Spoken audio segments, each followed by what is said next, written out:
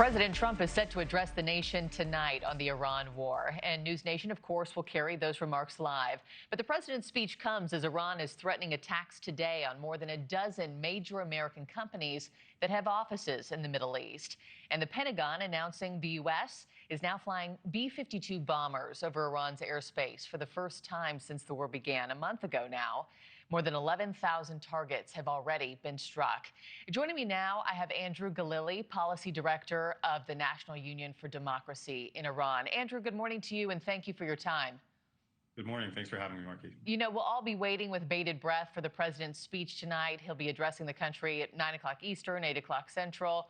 There's speculation that he could announce an end to the war. You know, who knows? Maybe he'll say he's met his objectives. Is that what you want to hear, or what are your hopes? Look, I don't think anyone really knows exactly what President Trump's going to say today. A Trump administration official just confirmed to Axios, I think this morning, that the president's seemingly contradictory statements, threatening escalation one day, touting diplomacy the next day, are intentional. He wants to keep Iran, the regime, off balance. He wants to keep us off balance, not really let anyone know what's coming next. But no, the Iranian people and many Iranian-Americans, and I think many Americans who support this war, don't want to see it come to an end until the regime is actually taken out. And I think I would echo what Jamie Dimon said yesterday. He put it exactly right. He said it's much more important that this be successfully completed than what the market does right now, short term. So the U.S. should be willing, and I think many Americans are willing, to stomach high oil prices and a rough stock market in the short term to get to that big win. And the big win here is really historic. It's regime change. And you know, now we have these 50,000 troops across the region, Andrew. The buildup gives the president options. And the big question is if all of this is, in fact, leading up to a ground invasion. Is that the best chance at regime change, you think? The best chance, and really the only chance at a successful regime change here, goes through the Iranian people, who need to function as the boots on the ground and who did rise up in January at the call of Crown Prince Reza Pahlavi, the Iranian opposition leader, in the millions, and showed that they are willing to essentially sacrifice their lives to take down this regime. And what this military campaign is doing, and is at least starting to do, is level the playing field for the people to rise up. Now, we may see U.S. ground troops on the coast or on certain islands, but as far as actually taking out the regime, controlling Tehran, for example, that again needs to be through the Iranian people. So President Trump has said maybe we'll have another 2 to 3 weeks of strikes.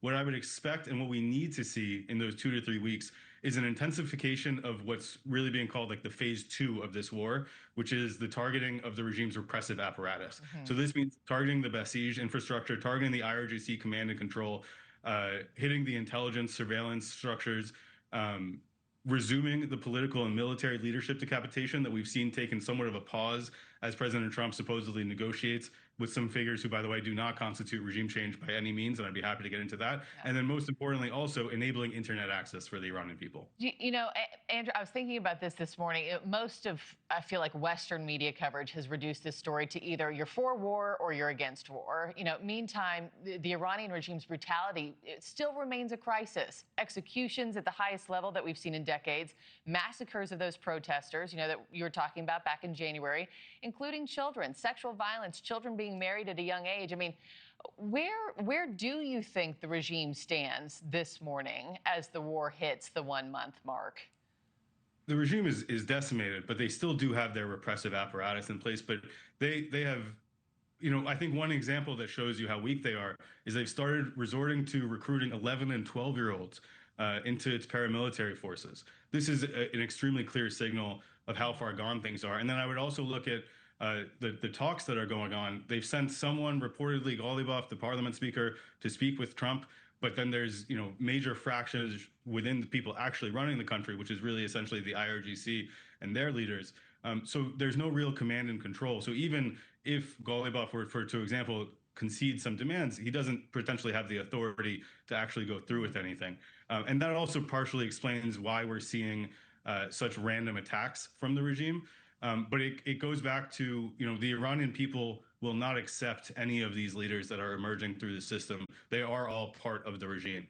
Thank you for watching. Subscribe below and download our NewsNation app right now on your phone, and you will get fact-based, unbiased news for all Americans.